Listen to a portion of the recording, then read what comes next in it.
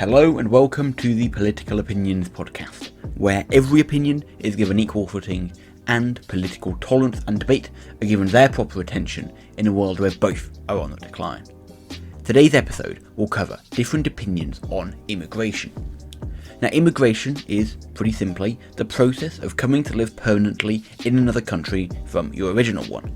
It consists of people leaving a country, moving to live in another, and it can occur for many reasons, be it economic, family, religious, cultural, etc. Most countries do allow immigration to occur, albeit with different restrictions. Some countries allow almost any migrants in, while others will allow only those with specific qualifications or jobs to enter. Immigration is a hugely divisive issue which covers all sides of the political spectrum, with some supporting total and free immigration, some favouring restricted immigration, while some wish for no immigration at all to occur. In this episode, we will unpick these differing opinions and compare them. I will be referring to immigration as the permanent process of moving countries, and will not be considering seasonal workers or asylum seekers, as they are a different matter entirely and deserve their own respective episodes. Quick reminder, the aim of this episode is not to try and argue for or against one side of the debate, but rather to highlight the different opinions on the topic and provide a comparison between them. With that all being said, I will begin with the arguments in favour of immigration, followed by those opposed, with a comparison at the end. When looking at arguments in favour of immigration, there are many different areas to consider. Firstly, we come to human rights, and some point to the human right of freedom of movement and the right to move to and live in another country of your choosing, as proof that immigration should be allowed. Some argue that given that it is a basic human right, and we should not be able to stop someone moving to a different area of land purely because another person decided they didn't want them to, and as such it is a human right for people to be able to move countries and thus a human right for immigration to occur. Furthering on from this, some argue that people have a moral responsibility to allow migrants in. Some would say, based off empathy, if we were in their position, we would want the nation receiving immigrants to be kind and to allow us to enter, as proof that we should act just like that. They may point to the common value of treat others as you would treat yourself, as proof that immigration should occur, and argue that it is a moral responsibility to allow people to seek a better life. And furthering on from this, there was a general moral idea that immigration should be allowed. Again, various reasons, and claim that national borders are merely an artificial construct, and as such humans should not be prevented from moving from one place to another, while other people argue that we have a moral responsibility to allow anyone to achieve the best life they can possibly achieve, and that involves allowing them to move nations. Then on the question of labour, those who support immigration argue that allowing immigrants in allows for an increase in skilled workers and unskilled workers. Firstly, on the question of skilled workers, you often find in many poor countries the educated and intellectuals within that nation, be it doctors, lawyers, accountants, etc., will move to a different country that has better long-term prospects and living conditions, and as such this means that many countries will have an influx of foreign skilled workers. Now, this is extremely beneficial both to countries with a shortage of skilled workers and to countries that maybe have a large amount of skilled workers but perhaps not enough. All one has to do is look to, for example, the UK with their reliance on immigrant nurses to see that even many Western developed countries do require extra skilled workers, especially since a country may not have as large a supply and society may be shifting away from certain skilled jobs. However, if you have immigration, you ensure that you can solve a skills shortage. Especially with restricted immigration, which only allows in skilled workers, you are therefore ensuring that anyone coming in can fill a necessary position in society.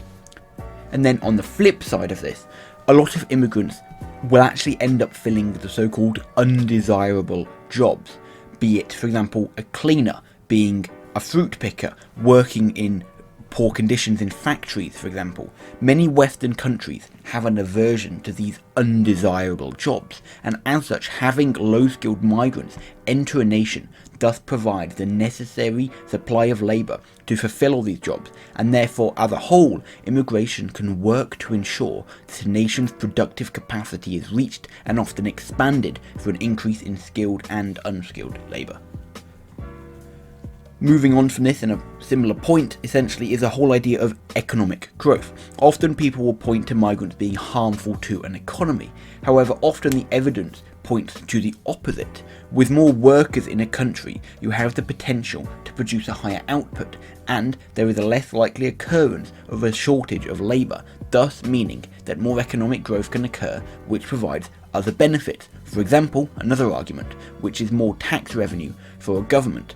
Often those opposed will point to arguments such as welfare exploitation and increased governmental costs. However, it is just the nature of an economic system such as capitalism with taxes that more workers paying more taxes will produce more government revenue, meaning that they can spend more money on public services, more money on necessary infrastructure, and so on.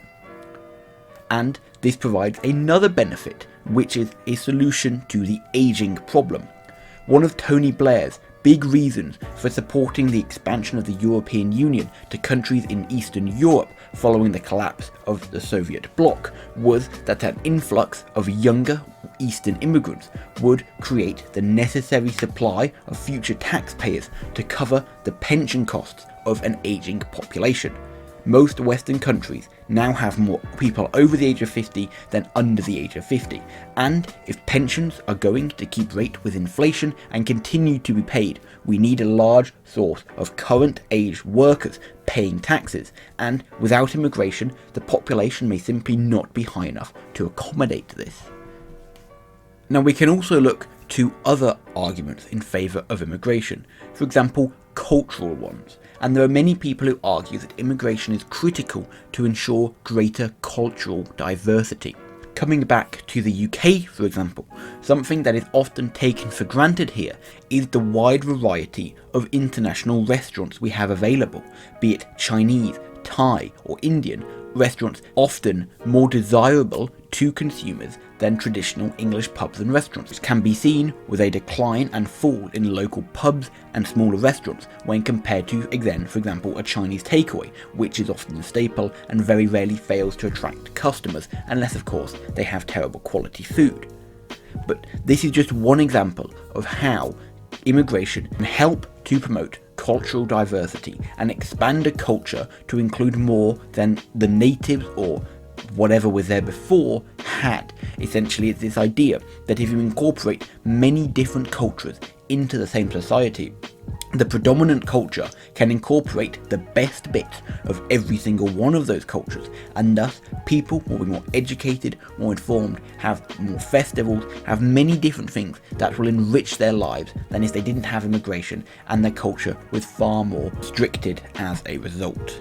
And then finally, for people who believe in the benefits of globalization and a declining relevance in borders and nation states, they will argue that immigration is good because it makes the world more connected. If you have large foreign populations moving to and eventually permanently residing in different nations, you foster better relationships between them. You promote more tourism, more trade, more communication, be it through families or just through general interest. And to some people, this is all beneficial and should be promoted more, and thus immigration is good because it provides a more cooperative world and a better linked world, which to them is more favourable than a world which is more restrictive and closed off if countries do not allow immigration to occur. From all of this, we can therefore see a link between those favouring immigration and favouring what is often considered to be more progressive policies. And by progressive, I don't mean them to be better, but rather in the cultural sense of the word progressive, in the West at least, to mean a new and different approach, which is often what those in favour of immigration approve and promote. And there are economic benefits which those in favour of immigration argue occur more than the arguments which we will come on to now.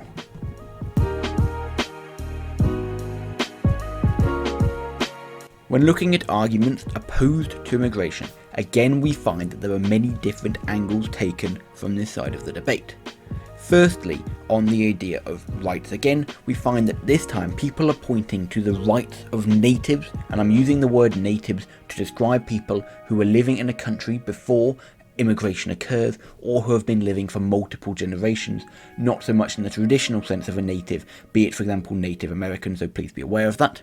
But on this point, those opposed to immigration believe that the right of the natives to choose who enters their country trumps the right of immigrants to choose where to live.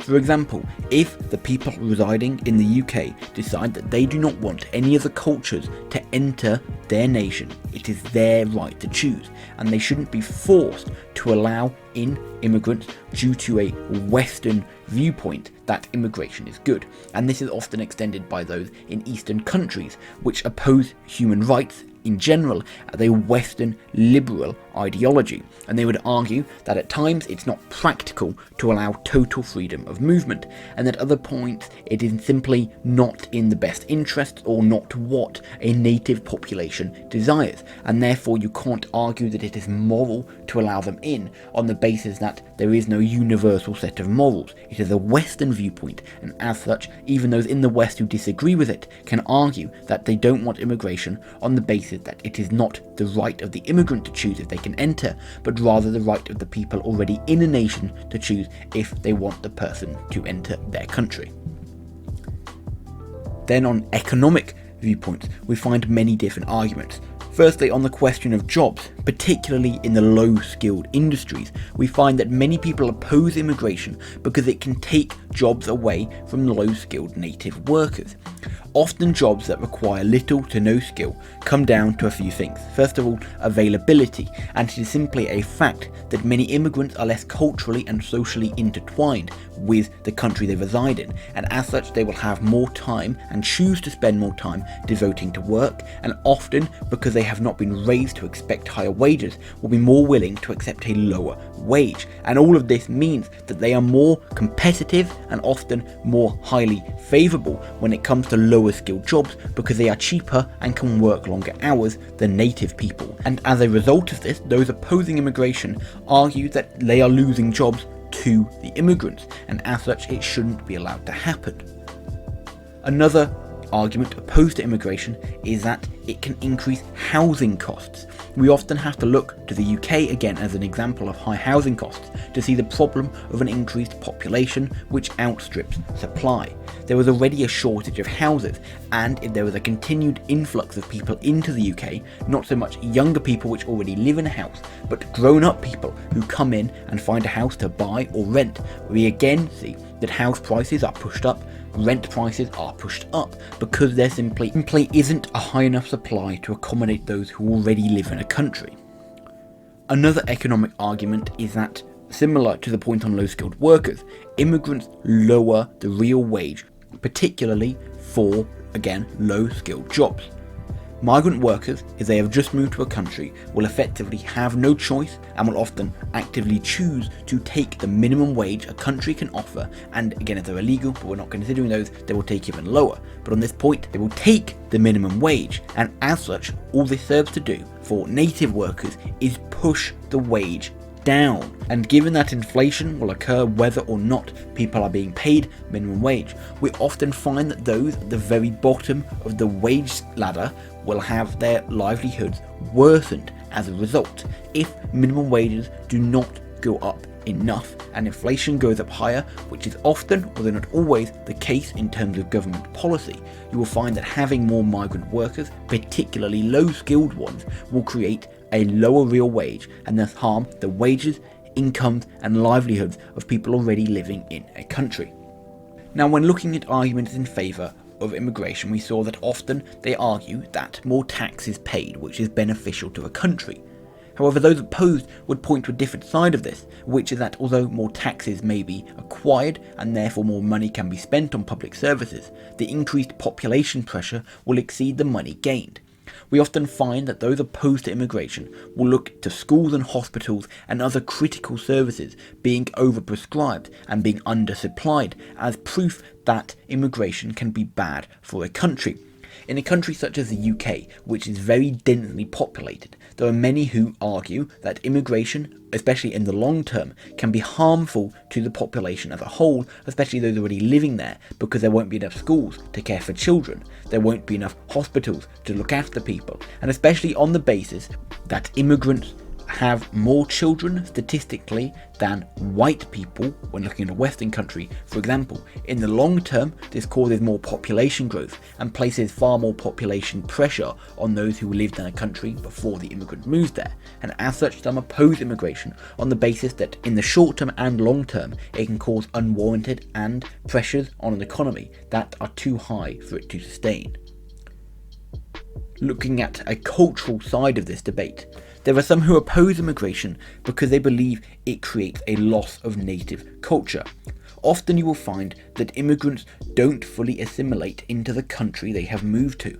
All one has to do is look again to England to find many examples. You often have Indian, Chinese and other immigrant communities living in their own separate bubbles to the white Anglo-Saxons who already lived there. And as such, you will find that to a lot of people, the cultural argument is not as strong, particularly in places where people feel as if their home culture and the culture they had, for example, when they were born, for older people, has been lost because a higher number of immigrants now reside in their town than traditional native people do. And as a result of that, some oppose immigration, particularly on a larger scale, because they either do not believe immigrants will ever assimilate, or they believe that even if they do, and even if they come in smaller numbers, over time this will lead to a loss of native culture, which a lot of people do not want to happen. And again, this links to the argument before on whose right is it to choose whether or not immigrants can enter a country, as proof to some that immigration is bad and therefore shouldn't be allowed. Now, one argument that is, I must point out, not always statistically supported by the evidence, is that immigrants cause more crime. Now, often this can be explained, at least with immigrants who do cause certain crimes, on the basis that there is a difference in cultural perceptions. Some places have different cultures. For example, we saw a case in Germany where women were assaulted by immigrants on the basis that, based on where the immigrants came from, the clothes that the women were wearing would identify them as prostitutes. However, in Western society, women wearing more exposing and restricted clothing is not always viewed as that, and can simply be them dressing up, for example, a party.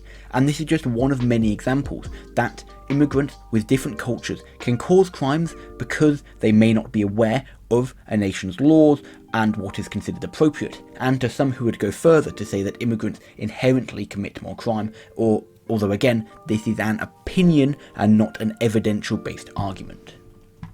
And then finally, a different angle on the entire immigration debate is that people oppose immigration, or rather oppose emigration, because it can harm the country from which the immigrants moved from. You will find in many poor countries that they have an extreme lack of skilled workers, because all of the skilled professionals, be it again doctors, medical professionals, nurses, scientists, engineers, they all move to richer countries because it provides them with better personal living prospects. And as a result of this, we have what is known as a brain drain, where countries that are developing have their development slowed down because all the people driving the development forward move to already developed countries. And so to some, immigration is bad because it creates and permanently maintains a system in which poorer countries cannot develop, because the people within that country who could help it develop are now living elsewhere. And as a result, be it for the negative effects on the home nation and the so-called natives of that nation, or be it on the negative effects of the nation in which immigrants leave, there are those who believe that immigration is bad, be it for, again, the home country or the receiver country, and shouldn't be allowed or should be reduced.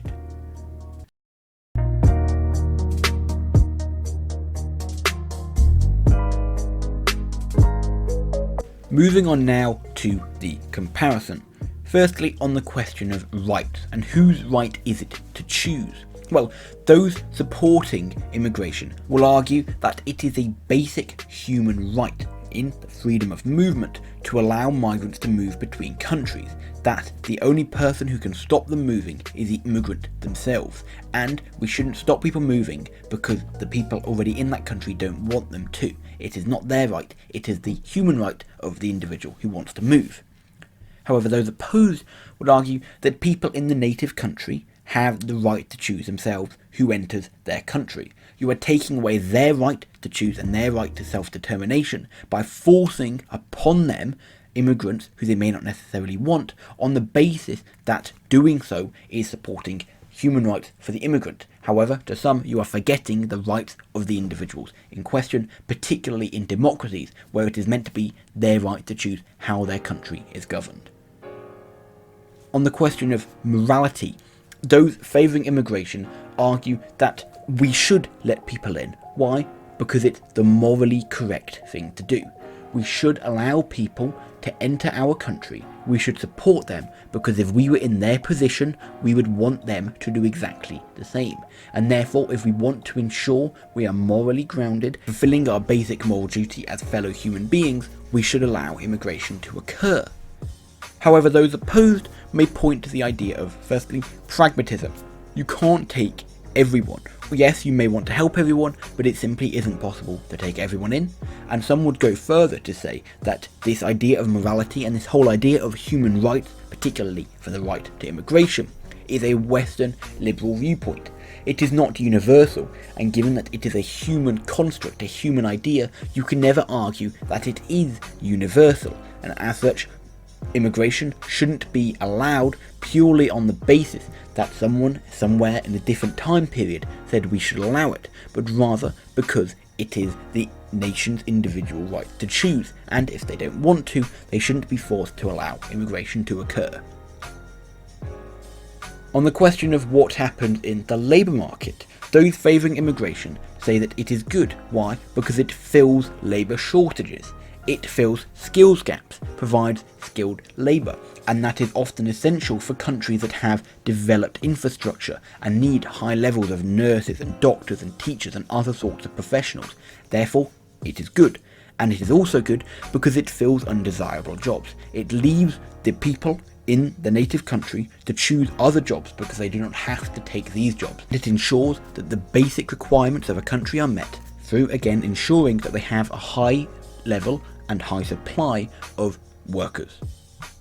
Those on the other side, however, believe that often it is the competition for lower wage jobs which is the main impact of a lot of immigration.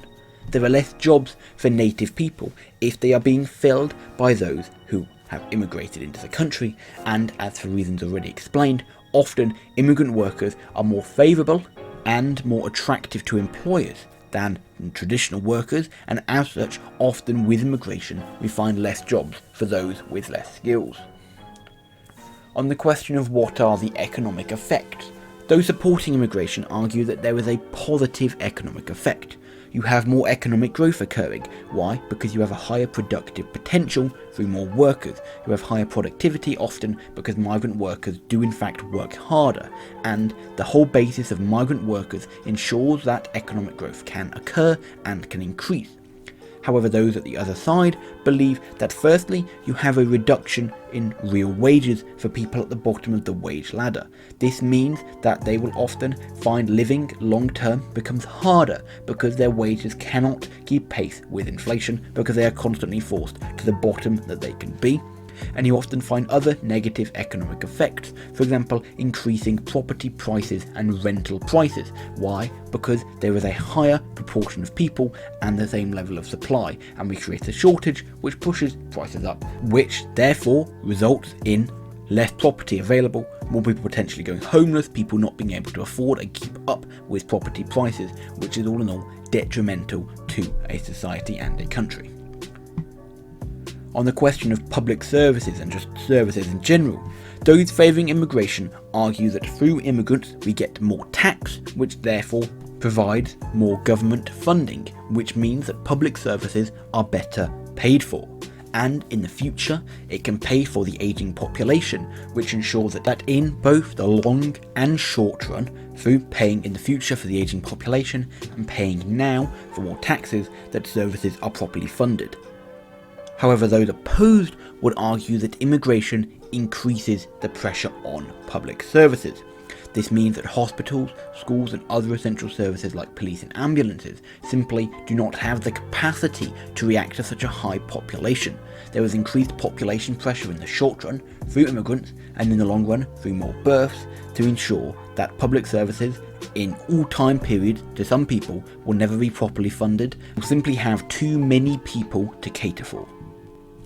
Then on the question of culture, those favouring immigration believe that through immigration you get better cultural diversity. This results in foreign cultural benefits, for example having more restaurants, having festivals, having ideas, learning new things. Often we find that through cultures we get languages, we get foods, we get so many often basic things that wouldn't have come about had we not integrated with other cultures, and as such immigration is good because we can pick the best parts of many different cultures and put them together. However, those on the other side believe that often there is a reduction in local culture. You have foreign cultures replacing the local cultures as the population increases, and often you find migrants do not assimilate into the local culture, meaning that we have different communities which can often be hostile to each other, and we can have many people feeling that their local culture is being lost, which to some is a bad thing.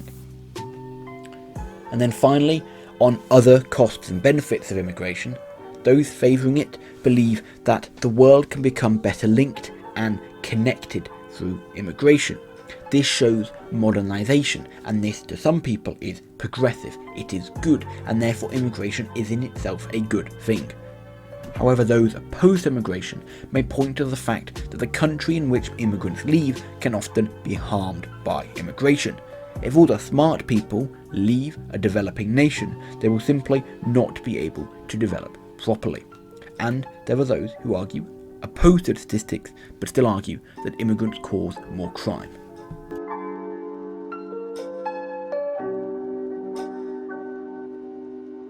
Overall then, those that support immigration argue that it provides positive economic benefits, provides cultural benefits, and that we have a moral duty to adhere to the idea of immigration, all have arguments and reasons as to why it should occur. However, those opposed to it argue that the economic costs exceed the benefits, that there is a cultural cost involved, and that this idea of a moral duty is a Western construct and not one that is universal. It is likely that as time progresses, immigration will likely become more common as it becomes more normalised, and because younger generations which have grown up accustomed to the entire idea and therefore are more tolerant of it and support it more than older generations become the dominant voting bloc, that immigration will become an ever more important issue. If we do again see a rise of populism, an increase in right-wing views as has occurred in many countries today and may occur in the future, immigration may likely decline. It is ultimately hard to tell the future of immigration as a whole, and it is likely that we will continue until a point which has such severity that drastic action on either side of the debate has to be taken. Ultimately, what do you think on this topic? Do you think that immigration should occur? And if so, how far should we allow it to occur? Should it be skilled workers only, restricted, or should it be open? Or are you on the flip side of this debate? Do you believe immigration is bad and should be reduced or totally stopped? And from my point of view, is there anything that I missed, got wrong, or could do better? Let me know in the comments or on Twitter, and be sure to check back on Monday for another episode. Thank you for listening, and I hope to see you all soon.